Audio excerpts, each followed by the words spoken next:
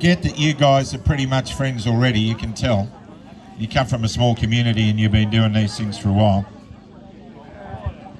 I don't want to go into great length about how I find myself here at the microphone, because I think most people saw the video that I made in September last year, including my ex-boss Alan Joyce. And everybody knows my story. I was asleep, I woke up in fright, I looked into it, I didn't like what I saw, I smelled a rat in the cheese factory, and I've been arcing up about it ever since. Now, the other thing people need to know, and there might be people on the veranda up there in the pub who are listening as well, I didn't go down rabbit holes to find the truth. I just found it everywhere around me in mainstream. Like, I actually went to doctors and said, what do you think of this jab? And they said to me, well, I wouldn't rush into it, but don't tell anyone I told you. So when a doctor can't tell you his truth, and you're asking and you're expected to give informed consent, then what you end up with is a lie that just can't be hidden. And so I've been on this journey ever since, and I linked up with great men like John Larder and Christian Mack and Steve Kelly, Tony Nikolic, the firefighters. John and I are honorary members of the Australian Firefighters Alliance, and they're doing great work. We've linked up with police, Cops for COVID Truth. Anyhow, there's a whole bunch of frontline workers out there, as well as people who own businesses and farmers and people who run shops and people who building and all that sort of stuff. Everybody is affected by this rubbish. And so we find ourselves in this position now. So after we made that video, and I say we because I had to get Michelle's permission to press the send button. And I am the captain, but I've got her permission to say so. The thing that was really outstanding was that I realised that my life and hers was going to change. But I also realised that all of our lives were going to change at that time, so we might as well get on with it. And a video that I made to stick it into the Qantas boss, Alan Joyce, had 7 million views in 12 hours. And all the people responding to that, 30,000 messages in the first 12 hours, they came back with this feeling of, thank God you've spoken up, I thought I was the only one. Because a lot of people have felt alone, and those messages came from all over the planet, from people of all walks of life, from people who were pilots like me, to people who were pharmacists, doctors, nurses, teachers, paramedics, firefighters, police officers, shopkeepers, bootmakers. The messages were horrendous. We got neighbours and friends together to help us wade through them all and sort them out. A doctor from Melbourne, Graham, thank you for speaking out. I'm the only surgeon that practices my craft in this country. The only one. There is no other person who can do what I do. I cannot give informed consent for myself or my patients or my 14 staff. As a result, I have been deregistered. I have had to terminate the employment of my staff. I will never practice medicine in Australia again. Please pray for my patients. Hi Hoody, my name's Greg. 6 weeks ago, I drove up to my driveway to park my car after coming home from work, and when I pressed the button and the door went up in the garage, my 14-year-old daughter was swinging from the rafter. Her sister, who was 17, was denied the right to attend her formal, was denied access to university, was not allowed to go for her L's, and she's got no hope, so what on earth have I got? Thank you, Daniel Andrews. And so many other messages from people who were saying they'd already lost loved ones, people who were saying that they were thinking of doing the same thing because what's the point anymore? And we were just broken, looking at the brokenness of others. And so we put out an appeal. If there's any mental health workers out there who've been mandated out of employment, please speak up. We need you to form up in groups because we need you to help all these people, and they did. And an enterprising lady set up a really great group called Hoody's Helpers. And they set up a 24/7 mental health care hotline staffed by professional mental health care workers, and they were doing great guns. But something else happened. the community recognised a need. And when they saw Hoody's Helpers, they said, why don't we all form Hoody's Helpers groups? And so community groups started to form around the name. And people were doing coffee catch-ups and meet-ups in the park and walking their dogs together and actually sticking their heads over their neighbour's back fence to see if they were okay. Organising homeschooling networks. And all this information was flooding the social media pages, and we had to kill off Hoody's Helpers, because the purpose it was designed for was being snowed under by all the other stuff. So another group took over the mental health care issues, and Hoody's Heroes was born, which looks after the community, local community groups, and gets all that happening. And that's been going really well in the short time it's been up and running. So what's the whole idea of it? It's to build community, because community wins. We have realised that every single institution that we've ever trusted, including corporate religion, corporate charities, any corporation, insurance, not that we ever trusted them, education, healthcare, bureaucracy, government, local, federal, state, every single one of them has let us down.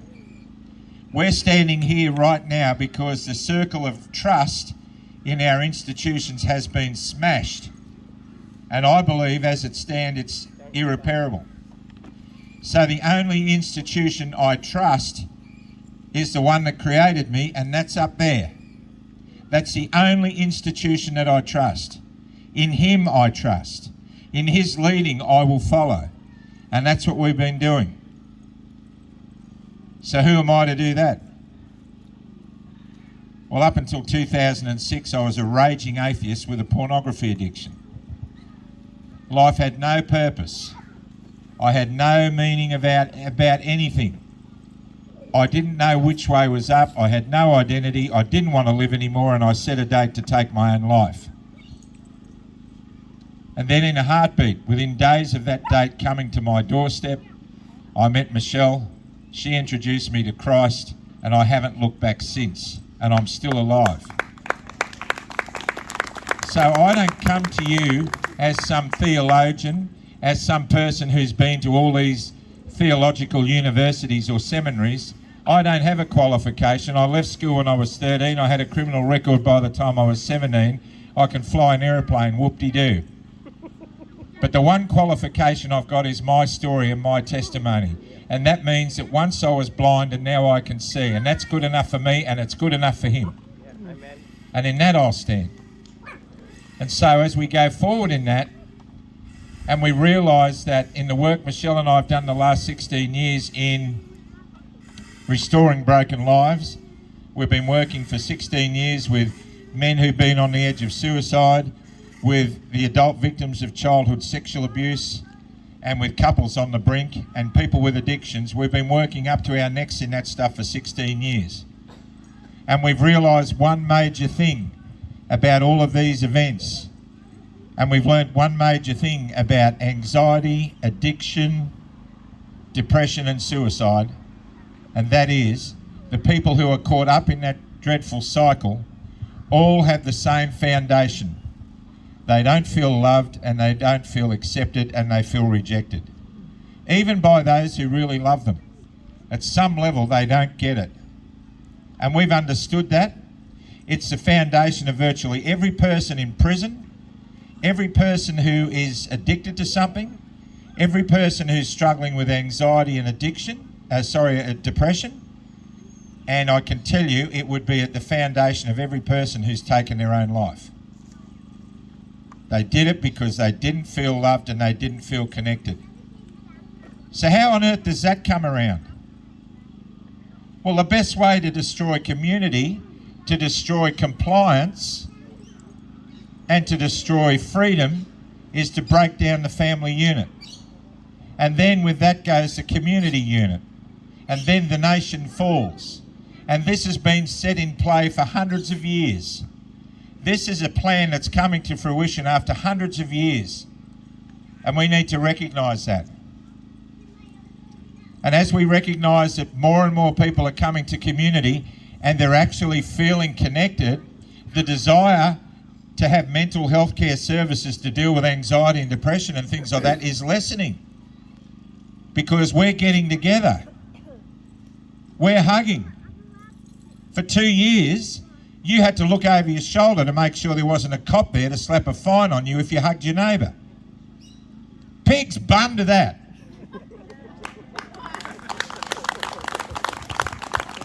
Sorry to any pastors present on this beautiful Sabbath day. But honestly, are you serious? And so these community groups are starting to breed good mental health outcomes for the people involved in them. And here's the other thing we know for a fact. That Klaus Schwab, Bill Gates, Anthony Fauci, all of these crumbs with all of their money and all of their power, they haven't got what you've already got. There's no way they can live in a community. And here's the sad part, they don't even know how much they need it, which is why they're doing what they're doing. They're trying to fill a gaping hole in their soul with control and power and money. But there's only one way you can fill that hole, and that's with compassion that comes from Christ. And when that lives in you, you don't have a desire to control everyone else's outcomes. You let him do the job, and you walk in peace. But these mongrels don't understand any of that, and they never will. So when I look at you, I can say honestly to you, compared to them, you have already won. You have already won. Despite everything that they're going to do to you, you have already won. You are victorious. Amen. Because I have realised that there's not one person on this planet that is any more important than anybody else. And you try and get these rich guys to live the way that they live without the people like us to support it. They'd fall in a heap. They actually need us. And they actually need who we are, with our integrity and our honour intact, not crushed, not compliant, because Australia has become a country that is complying its way into tyranny. And we can't see that. Why is it on an Anzac Day that at all the cenotaphs, the police were there to keep the soldiers in uniform, the veterans away from the cenotaph, and it was invitation only for CEOs, bureaucrats and politicians to walk up there and say, lest we forget, when they're the ones who forgot? Yes. How does that work? That's wrong. That's abjectly wrong. And the other day, I was in Tumut at the Montreal Theatre, and a beautiful soldier named Bill, his whole desire for months was to sit down with me and talk. He was SAS for 15 years. He served in Somalia. He's highly decorated. Wears the sand-coloured beret of the SAS. And he said, I just want to talk with Hoody. And when I spoke from the stage with John Larder to a crowd of 350 people, it was beautiful. And Bill was sitting down the front. And every time I looked at him and I was speaking, he was banging his chest with his fist in pride. And I got to talk to him for 15 minutes. He was wrapped in a blanket. He's very, very ill. And we talked, we hugged, we cried together, and he left and he said, thank you. 2 days later, he died. Bill died, had a massive heart attack. And his wife said he was at peace because he actually got to speak to somebody who understood him. We've been getting it all wrong in this country for a long time.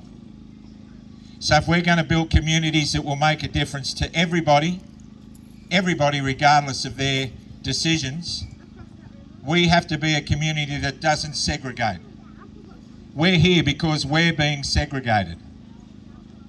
And if we're going to be a light on the hill, we have to shine that light brightly that we do not segregate. No matter what decisions you've made, we're actually here looking like Fruit Loops in front of you, but there's going to come a time when you're going to be grateful for what we've done because we're fighting to get freedoms back that you're going to wish you had in a year's time. Yep. Yeah.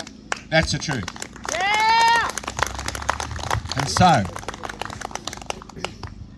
first thing you've got to do is connect people in community. Get them off their mobiles, get them pressing the flesh, make physical contact with one another, start building networks, start building directories for businesses that are doing the right thing. I love what Kimmy's doing. Lots of them around. I was at the Kelly Hotel in Singleton, the Freedom Pub of Australia. It was amazing.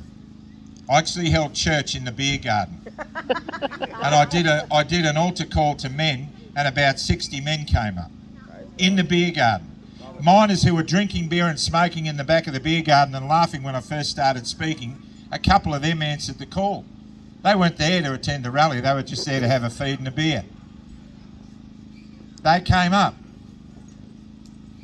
There's a lot of really good stuff going on.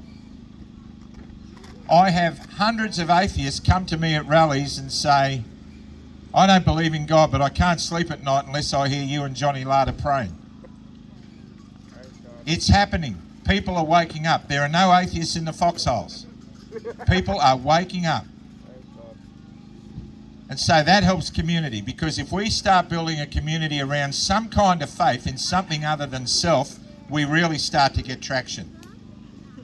So that's a start. But the aching desire, the burning desire for this country and for this planet is for men. It is for men who stand in their integrity and their honour, as true to their conscience as the needle is to the pole. Men who will not be bought or sold. True men. But we've lost it. There's a lot going on in this country and around the world that have taken men out. And we are poorer for it.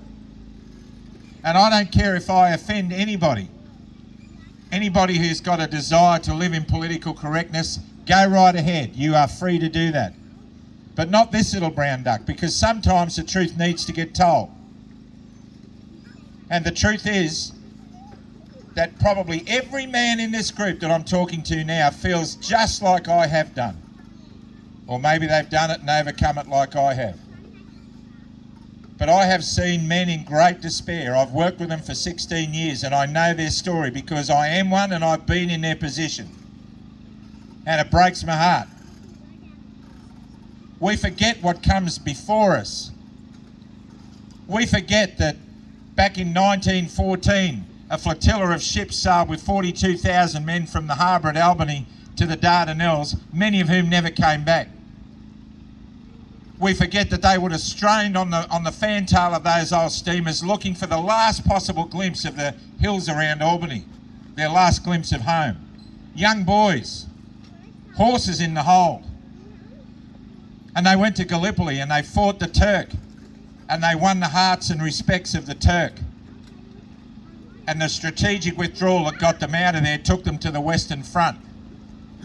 And the architect of that withdrawal was a general who ended up being the officer commanding the Tobruk garrison when the rats at Tobruk happened in World War II. A brilliant man, a man loved and respected. And when those soldiers went to the Western Front, they fought and lost. And they got beaten, but they kept going back. And the Germans were terrified of the Australians because the Australians were big men, they were brown, they had 6-inch bayonets that were 6 inches longer than anyone else's, and every time they came over the German trenches, they were laughing. And the Germans thought they were demon-possessed. But they went. For our freedom, they went. The statue behind commemorates it. For our freedom, they went. And for our freedom, they died. And then when the Germans mounted a massive counter-offensive in 1918, the Spring Offensive, to end the war, a massive counter-offensive that forced the Allies back to the sea. General Haig, the British general, said, we've got to get out of here. We've got to get our troops back to the sea. We're not going to hold this off. And in a traffic jam to get back to the ports around Calais were the Australians. Angry because they didn't come all this way not to fight. And General Sir John Monash called up his second in command, Pompey Elliott, and said, Pompey, we didn't come all this way to retreat. And he said, you bet your bottom dollar, Skipper, we didn't. He said, are the boys up for a fight? He said, they're ready for a fight. He said, well, send them back to the Germans. And in contravention of a direct order by General Haig, Pompey Elliott turned the men around back to the German front line at a little town called Villers-Bretonneux. And they flogged them. They flogged them. They were outnumbered. They were outgunned, and the Germans were horrified, and they surrendered in bucket loads. And the Kaiser never won another battle after that day. It was the Australians who turned that around. The Aussies, the Anzacs, they did it. They won. We forget that, lest we forget. And we forget that in the Second World War, the first major defeat by German land forces was at the hand of Australians, British, New Zealanders and Canadians and Indians in the Battle of El Alamein in North Africa. And the icing on the cake was was when the British forces withdrew to go and fight elsewhere. They left a garrison in Tobruk, the only deep sea port the Germans could rely on to bring food and supplies and ammunition and fuel to keep the Africa Corps going. And Rommel needed it like there was no tomorrow. But the diggers dug in. They did what they were called, diggers. And Rommel called them the rats of Tobruk because he couldn't get them out. And every offensive he mounted against them failed. Every offensive. And even when the Aussies ran out of ammunition, they were still victorious. The first time the Germans were defeated was by the Aussies. And Rommel went back to Germany and was assassinated by Hitler, and the whole Third Reich started to collapse from there. It was the Aussies who did that. Our forebears. And we forget that when the Japanese were coming over the mountains towards us in New Guinea, the first army ever to defeat the Japanese army in the whole of World War II were the Australians on Kokoda and Milne Bay. Undergunned, undermanned, undertrained, 19, 20-year-old conscripts, Choco soldiers. They turned the mighty Japanese army back on itself and they defended Australia, and the Japanese never won another battle after that. That's what runs through our veins. And then we have Korea, and we have Vietnam, and we forget those men at Long Tan. They fought off incredible odds and they survived. It was one of the greatest victories in the Vietnam War. And what did we do with them when they came back? When they marched in their victory parades, we threw blood on them. Pig's blood. And many of them took their own lives. And many of them thought, we went over there for our freedom. Why are they treating us like this? And nothing's changed. Because everything that's represented by 100,000 white crosses on foreign battlefields with Australians under them has been flushed down the gurgler because we don't want freedom. We should have told them that before they gave everything up for it. But we didn't. In the selection that happened a few weeks ago, the federal selection, when that happened a few weeks ago, Australians had two choices, freedom or latte. And most of them voted for latte. Why? Because we don't want the responsibility of freedom. It's too hard. We want the government to do everything for us. You're going to rue the day that you think that way. Because there's going to come a day when this COVID thing's all gone and you're going to be looking at a carbon credit system and facial recognition, and you're going to realise that the freedoms that we're fighting for now, you wish you'd joined us. Yep. Because there's a lot more stuff coming, and we all know that. So we forget that that DNA runs through our veins. And those boys didn't know which way was up then either. But they went. For freedom they went. And what are we doing now? Well, let's look at why the decline of men has happened and how perfectly and carefully orchestrated it's been. Back in the Industrial Revolution in the 1800s, the rich nobles of Europe decided that the best way to destroy the common good of the people of community and destroy their will was to take men out, destroy the family unit. And so when the Industrial Revolution was started, these rich, power-hungry people decided they wanted to build an industrial military complex. So they built big coal mines, tin mines, iron ore mines, foundries, factories. And they couldn't man them unless they went to the villages and towns and sucked all the men out. And they took the men out of those places where they were mentoring young boys into manhood, and they put them in the mines and the foundries. And they'd get up at 3 in the morning, go to work and come home at 9 at night, and they were beaten, and many of them died in the service of their employer. There was no work, health and safety then. And the young boys had no fathers to raise them and no mentors to guide them. And all the boys that were left in the villages were raised by the women. The teachers were women, the shopkeepers were women, most of the services were run by the women, and the boys were wandering around with no male influence. And then World War I came. And what men were left was sucked into the battle, and many of them were crushed and died, and those who came back were mentally wrecked. They couldn't even run their own life from day to day, let alone bring a boy up into manhood. It must have been awful. And when the League of Nations was formed to punish the Kaiser and the German people for what they did in World War I, it set about starving them to death. Beautiful people, just like us, the German people, the Japanese people, all beautiful people, just like us, just getting caught up in the meat mincer that we're caught up in now. We're all the same. And there they were, looking for a hero. The German people were screaming for somebody to get them out of this mess so they could start living again. And the hero they chose was Adolf.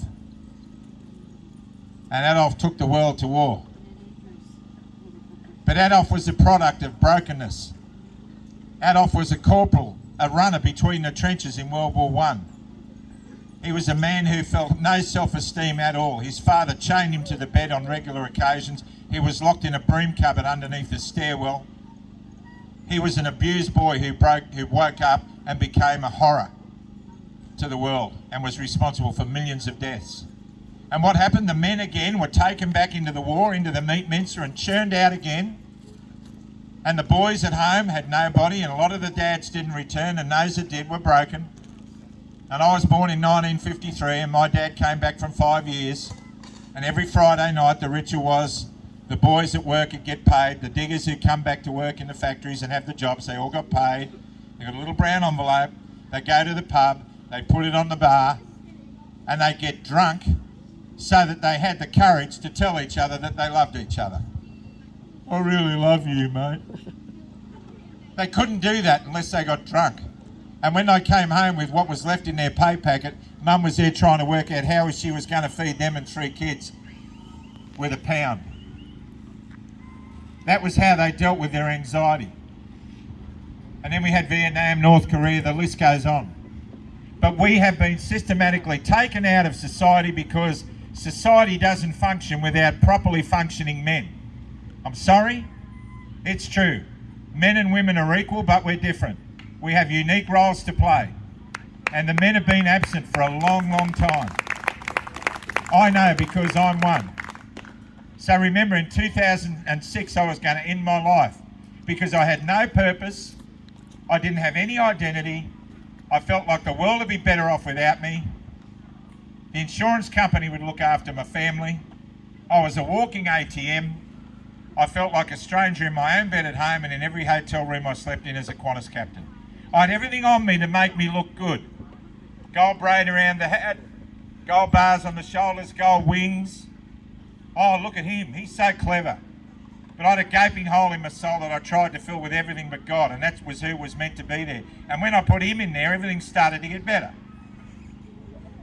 I started to repair. I had to, because I had nothing left to live for. And I know there are men in this crowd who know exactly what I'm talking about. We've been competing with each other for our whole lives. We can't talk because we're scared to be vulnerable. And when we are, we get criticised. Nothing we ever do is right. Every effort we make to make a difference for our family or our community gets criticised. We get told by the media that all men are bastards and you can't trust men. I'm sick of hearing that. I'm sick of hearing little boys being told that you're just like your father, you can't be trusted. Well, that's not true. Yesterday in Taree, I did a call for men to come up at the Wingham RSL Club. And this 11-year-old boy walked up, one of the first to come up and stand with the men. Beautiful. And then he felt embarrassed because he was little. And he went back to his seat and he sat down. And during the break, he came up with his mother and he was in tears. And the reason he was in tears was his dad took his own life in December. His dad left him fatherless in December because his dad felt he couldn't make it work anymore. And that boy's got to carry the can for that for the rest of his life. That's why we've got to get this right. We can't keep passing the buck down the line. Lewis, beautiful little boy. More of a man than many men I've ever met, and he's only 11, and he's had to confront the death of his dad. Breaks your heart. But he'll be okay. And so, I look at what happens. I think about the work I've done with a great many men who have been on the edge. I remember the big log that sits in the backyard of the house I used to own, where I take men to sit. Thanks, Sonny. My voice is failing. I'm talking too much.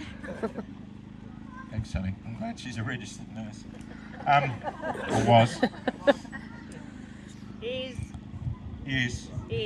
Anyhow, I'd sit on this massive log, a massive Australian cedar log, 4 metres long, 1.5 metres across.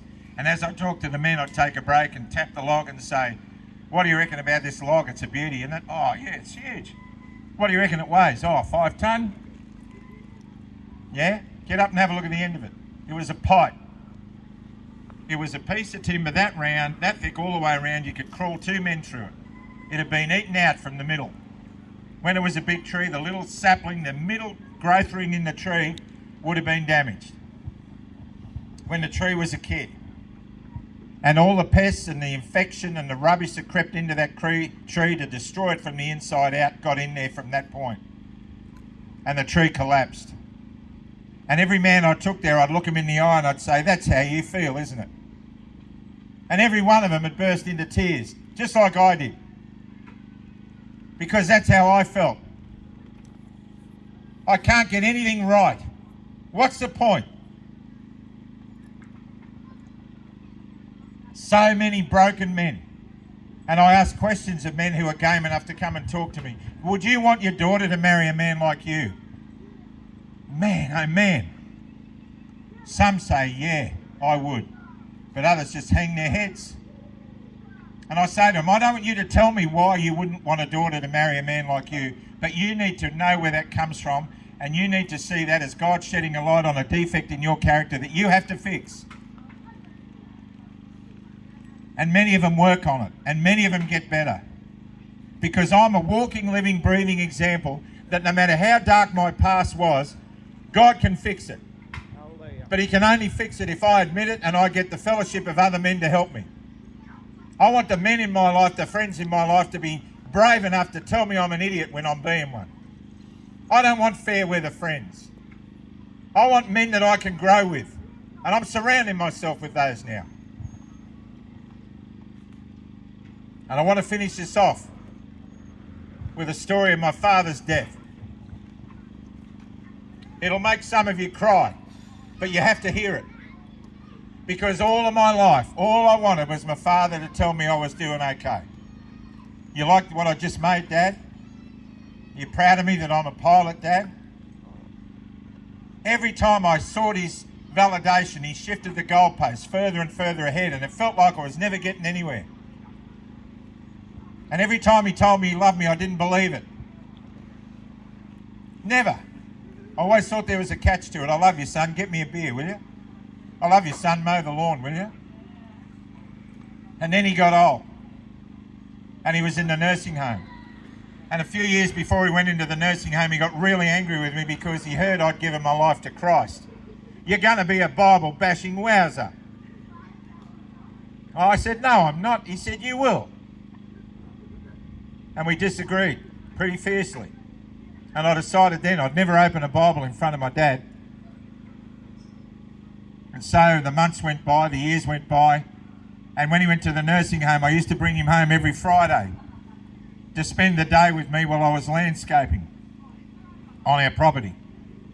And he would sit up in the veranda looking down at me from his wheelchair, and every time I put a stone in place, I'd look up and wait for him to give me his approval. And he'd stick his thumb up, and I feel, oh, great. And every 2 hours, I'd take him on a walk around the veranda in his wheelchair. And as I walked past the kitchen window where Michelle was making us a cup of tea, I'd lean over to him and I'd say, I really love you, Dad.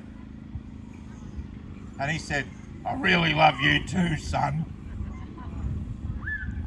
And I said, this is good. And then he'd say, yeah, but remember that day you blew your boat up? Yeah, I remember. I got the scars to prove it. Remember that day you pranged your car? Remember that day I come home drunk from the pub and smacked your mother? Yeah, I remember.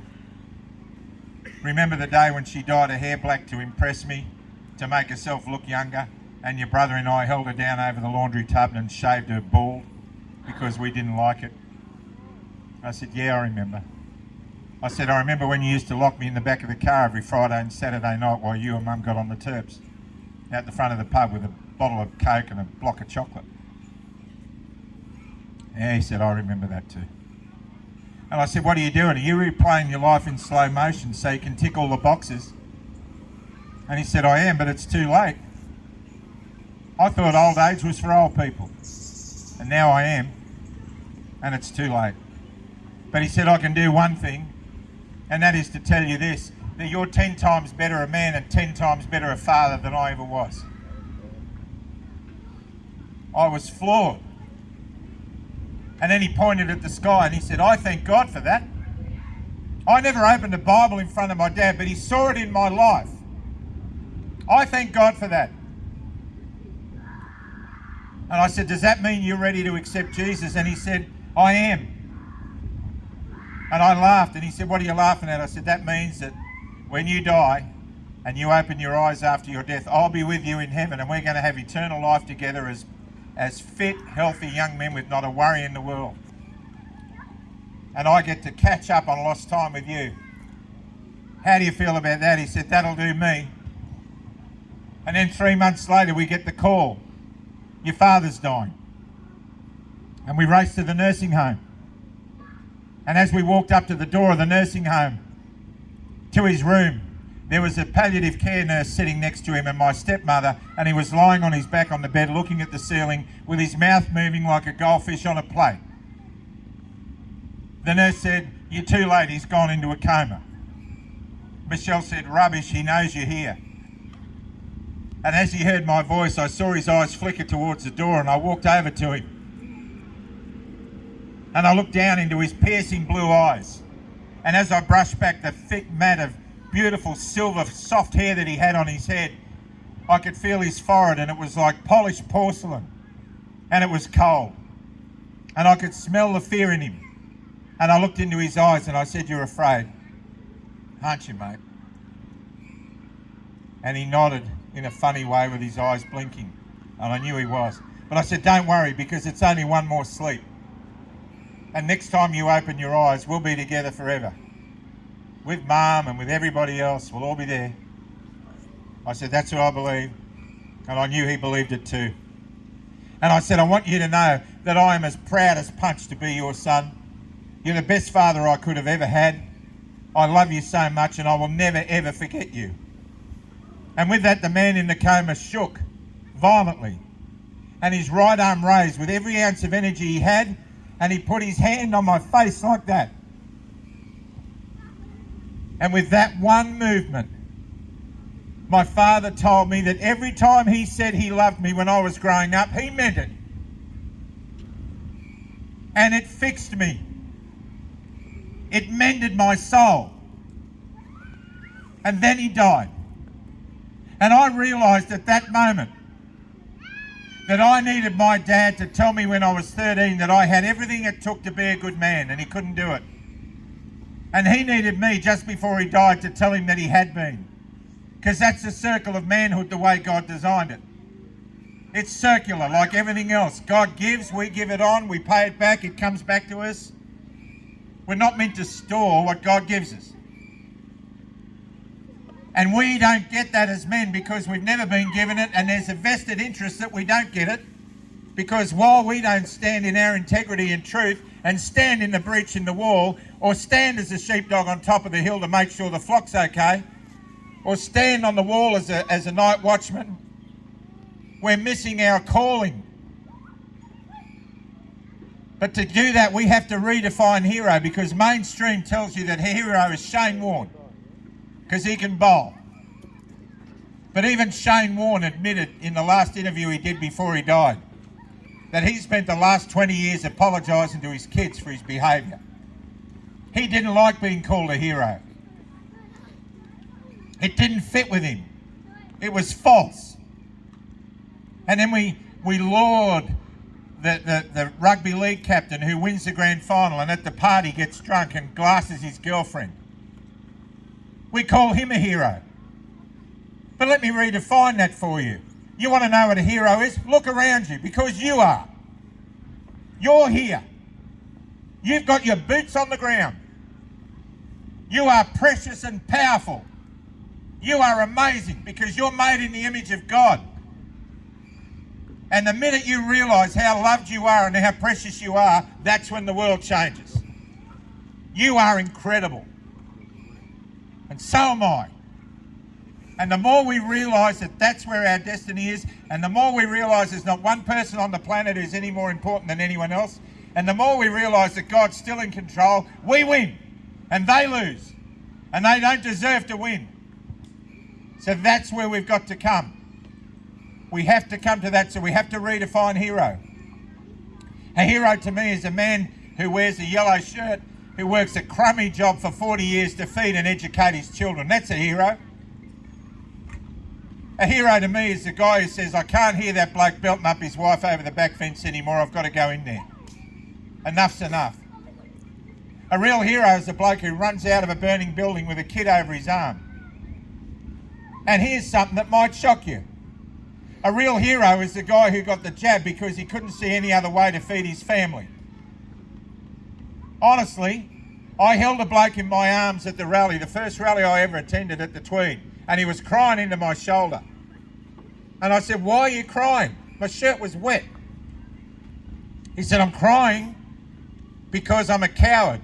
And I said, why are you a coward? He said, I got the jab yesterday. I fought it for 18 months. And I said, why did you do it? Well, I told my teenage boys to move back home so that I could support them. I told their mother not to worry about losing a job. I'll get the jab so I can feed everybody so they don't have to. And I held him back at arm's length and I looked him in the eye and I said, you'd take a bullet for your family, wouldn't you? And he said, I would. And I said, well, you just did. And that makes you a hero. Not someone with no intellect or someone who's a coward. You're a hero. So when we laud it around saying we're pure bloods and anybody who's been vaccinated is weak or has no intellect or intelligence, we're shooting ourselves in the foot too. Because we don't know the starting point in the race that they're running. We don't know what's driving them. And there are lots of people who got jabbed because they thought it was their patriotic right to do it and they needed to do it. They believed in their hearts. And then there are those who say they did it for that reason, but really all they wanted to do was go to Bali for Christmas. There is a difference. But I'll stand with anybody, and I do at every rally and every meeting. There are large chunks of people who've been triple jabbed, but they're still fighting for our freedom. Some of them regret it, some of them are okay with it. It doesn't matter to me because I'm not here because of that. I've said 100 times, I'd be here even if I had been vaccinated. Because I want our freedom back. And I don't want to think of those 100,000 white crosses or that great big one on the hill outside Jerusalem has been put up there and bled on for nothing. It's not fair. And so right here, right now, we have to redefine hero. We have to stand in our truth. And we need men, real men, to come back into the breach in that hero mould, not the mainstream media hero mould. So if I'm resonating with you and you're a man, come up here now and join me. Come on, don't be afraid. Just come up and stand with me.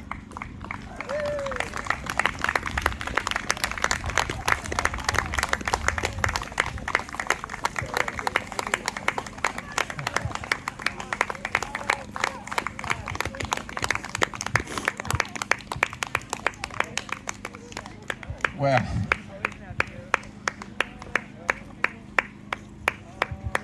I'm sorry I get a bit passionate. I'm nearly 70 and I've seen enough of this crap. And so have you. And there's a purpose for us doing this. Their blood pulses through our veins too. And we don't want this to happen on our watch. We don't want our grandkids and our great-grandkids to say, where were you in 2022? Oh, that's the year St Kilda won the grand final. That was a great year, da-da-da. Because there's a lot of men at home now who don't even know what we're thinking, because they're getting ready to watch Big Brother or My Kitchen Stinks. But you are the answer. You guys are the answer. Believe me, if you live into the hero mold that I just talked to you about, women and children will flourish in safety. Because little Johnny will say to Mum, "Where's Dad?" "It's all right, honey, he's up on the wall. He's just making sure we're safe." And don't you, as women and children, want to flourish in a society where real men who are off their ego, who are off the ice, who are off the steroids, who understand what real manhood is, are standing there? Don't you want that? 100%! I want that. I'm talking about this stuff because I want to live in a community just like that. Me too! Yeah. So I want you all to look at these men, look at us, and look at yourselves, and ask the big question. What are you prepared to do? How far will you go? We've been through a lot, but it hasn't even begun yet. Most of us, you know, we're not doing too bad. We're still feeding ourselves. We're still eating chicken and salad rolls on the park, in front of the river. It's pretty nice. But there may come a time in the not too distant future with food shortages and fuel shortages, and the New South Wales government is telling us we've got to kill all our bees, and they're talking about foot and mouth disease. They've got bigger plans. So we have to be ready for what's coming. It's no use building community then. We need to build it now so it's ready for then. So I implore all of you, get behind these men, encourage them. When they do something that really is starting to make a difference, let them know you're proud of them. Because we ache for it. We just want your approval. We just want to be the best we can be for you. Because without honour and integrity, we're empty vessels. We don't mean anything. And we all look different. Some of us are old, some of us are young, some of us have got tats, some of us believe, some of us don't, some of us are being jabbed, some of us haven't. But we're still at our core little boys who are aching to be a hero. So dear Lord, Heavenly Father, I ask you to bless these men, these real men who represent the spirit, the great Holy Spirit of the great southern land. These men are real and they're ready to stand. And I ask that you bless them. And I ask you to find ways to guide them to your word so that they will understand the essence of what your love really means. And in that, the world wins. So Lord, I pray that you will bless these men, that you will bless this community, that you will bless these women and children, even those who are sitting a little bit further off, to realise that freedom doesn't come cheap. And we need all the help we can get to maintain our sovereignty.